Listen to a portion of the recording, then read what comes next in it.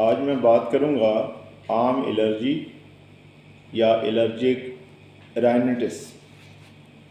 इसके अंदर क्या होता है कि नाक बहना शुरू कर देती है, अचानक छींकें आती हैं, आँखों में ख़ारिश होना शुरू होती है और इसी तरह से अ, पता नहीं होता मरीज़ को, किसी भी वक्त ये उसके साथ ये मसला हो जाता है।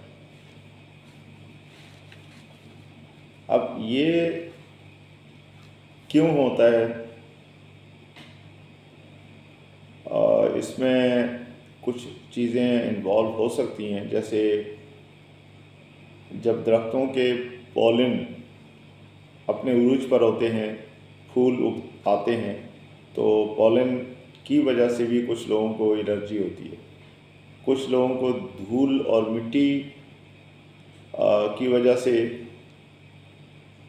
कुछ का मुदाफ़ती निज़ाम जो है वो इतना अच्छा काम नहीं कर रहा होता, इसकी वजह से भी, खुशबू से भी कुछ लोग एलर्जिक होते हैं। और मिली जुली इन तमाम इलामात से या वजूहात से उनको ये प्रॉब्लम होता है। अब जब भी ये प्रॉब्लम होता है तो रनिंग नोज़ शुरू हो जाती है, यानी मुसलसल नाक बहना शुरू हो जाती है, स्नीजिंग या बार बार छींकें आना शुरू होती हैं। इसी तरह से ईचिंग और वाटरी आइज़, यानी आँखों में ख़ारिश या पानी बहना शुरू हो जाता है। और ईचिंग इन नोज़ या थ्रोट, गले या नाक में ख़ारिश होना या गला ख़राब हो जाता है, नाक कभी खुलती है कभी बंद होती है, इस तरह के मसाइल शुरू हो जाते हैं। फटीग या थकन और नींद ना आना, इस तरह के मसाइल भी ज़ाहिर होना शुरू हो जाते हैं। अब हम बात करते हैं इसकी वजूहात क्या हो सकती हैं।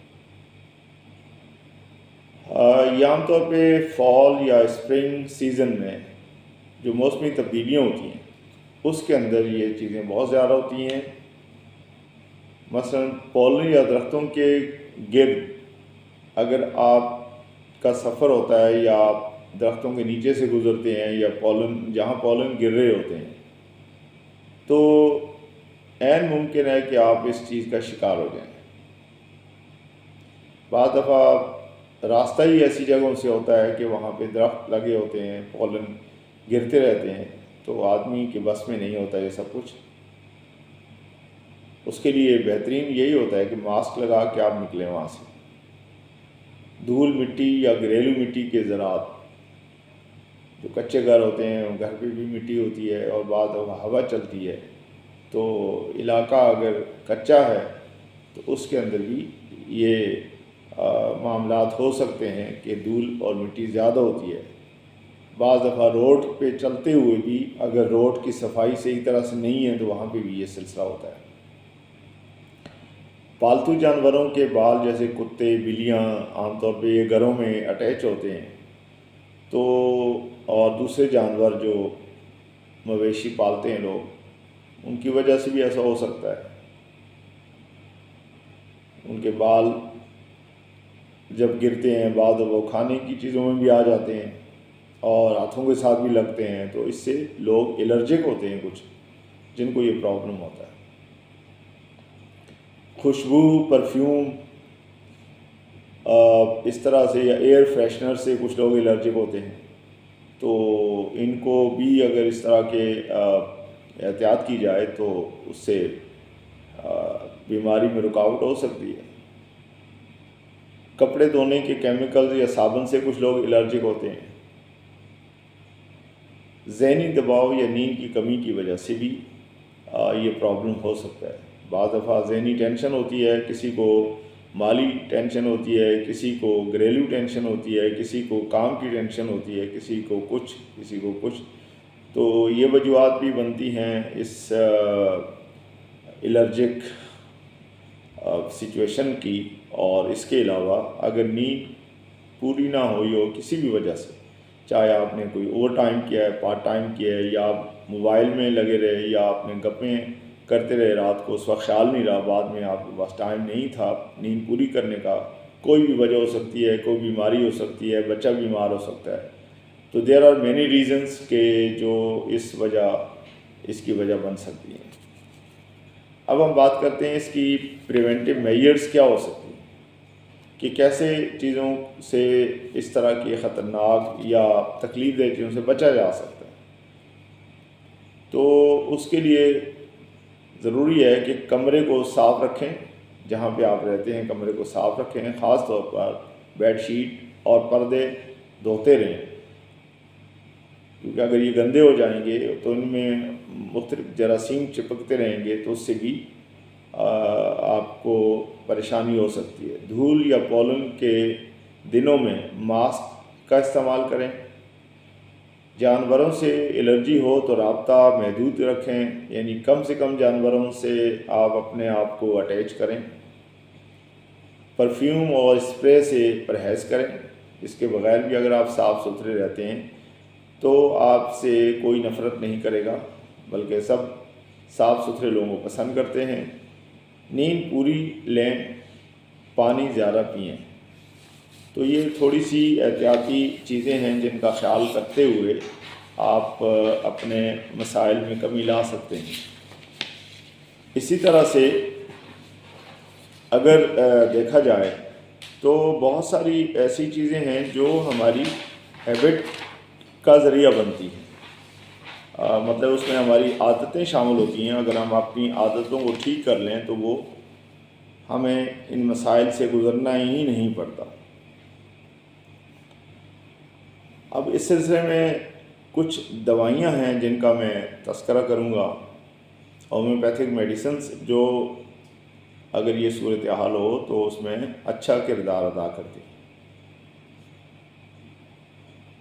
हर दवाई के साथ उसकी कुछ इलामात बताई जा रही हैं, और इन इलामात की रोशनी में अगर किसी में सिर्फ़ एक दवा की इलामात हों तो वो सिंगल रेमेडी के तौर पे, यानी एक ही दवा उसकी बीमारी के लिए काफ़ी है, उसके मसले को हल कर देगी।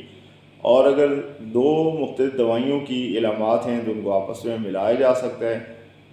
अगर तीन मुख्तलिफ दवाइयों की जो इलामात हैं वो एक आदमी में आती हैं तो तीनों दवाइयों को आपस में मिलाया जा सकता है। अब वन बाय वन सबसे पहले जो दवा मैं यहाँ तज़किरा करूँगा वो है एलियम सीपा। एलियम सीपा 200 की पावर में अच्छा काम करती है। इसकी जो इलामात सामने आती हैं, अगर मरीज़ में ये इलामात हों तो ये दवा दी जाए, और वो है कि पानी जैसा नाक बहना, यानी नाक से जो बिल्कुल पतला पानी निकलता हो, आँखों में ख़ारिश हो लेकिन आँखों से पानी कम आता हो, ज़्यादातर छींकें आएँ, हवा से या शाम के वक्त इलामात बढ़ती हैं, यानी हवा लगे तो इलामात बढ़ जाती हैं, छींकें ज़्यादा आना शुरू हो जाएं, पानी ज़्यादा आना शुरू हो जाए, या शाम के वक्त ये सिलसिला अगर बढ़ जाए तो समझ लें कि आपके लिए ये दवा फ़ायदेमंद है। अब इसके 5 कतरे आधा कप पानी में दिन में 2 बार सुबह और शाम इस्तेमाल किए जा सकते हैं। ये आम तौर पे मुख्तलिफ़ लोगों में इसका दौरानिया मुख्तलिफ हो सकता है, लेकिन एक हफ़्ते से 10 दिन के अंदर ये सिलसिला ख़त्म हो जाएगा इंशाअल्लाह। 15 दिन भी आप दवा इस्तेमाल कर सकते हैं, या अगर इससे ज़्यादा इस्तेमाल करनी हो तब भी आप मेरी इस वीडियो में मेरा व्हाट्सएप नंबर है, वहाँ से आप रब्ता करके पूछ सकते हैं। तो इलामात जब ख़त्म हो जाए दवा इस्तेमाल करना छोड़ दें। एक दूसरी दवा है जिसको कहते हैं यूफ्रीजिया, ये भी 200 में इस्तेमाल की जाए, और जो इलामात सामने आती हैं कि अगर ये इलामात मरीज़ में हो तो ये दवा इस्तेमाल की जाए, उनमें है आँखों से पानी बहना, नंबर 2 है ख़ारिश और सोजिश, नाक कम बहती है लेकिन आँखें ज़्यादा मुतासर होती हैं, कंप्यूटर या रोशनी से एलर्जी में इजाफ़ा होता है। यानी आप लैपटॉप कंप्यूटर के सामने बैठे हों या तेज़ रोशनी में जब आप जाएंगे तो आपके इन परेशानियों में मज़ीद इजाफ़ा होगा।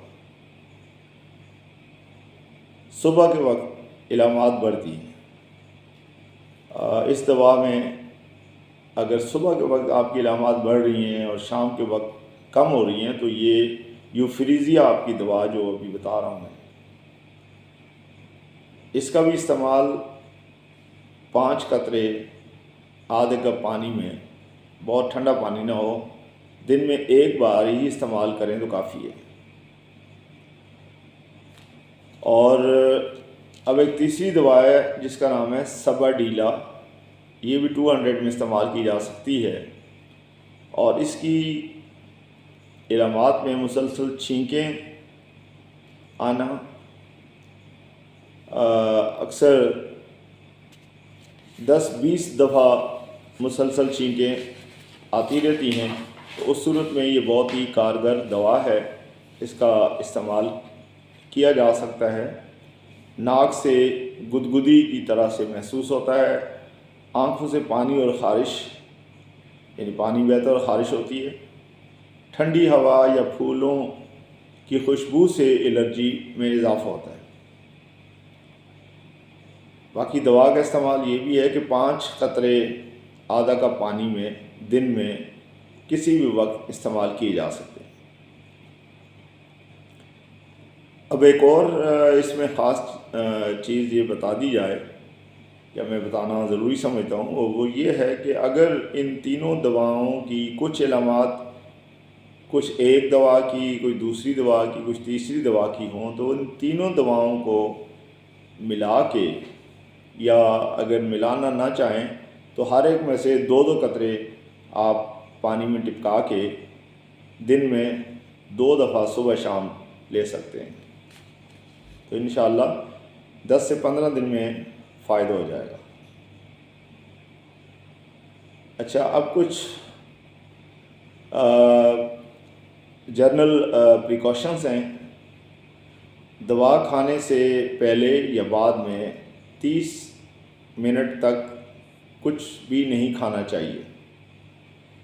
इसी तरह से कुछ चीज़ें हैं जिनका इस्तेमाल तर्क कर दें, जिसमें पुदीना है, कैफ़ीन है और मसालेदार खानों से परहेज़ करें।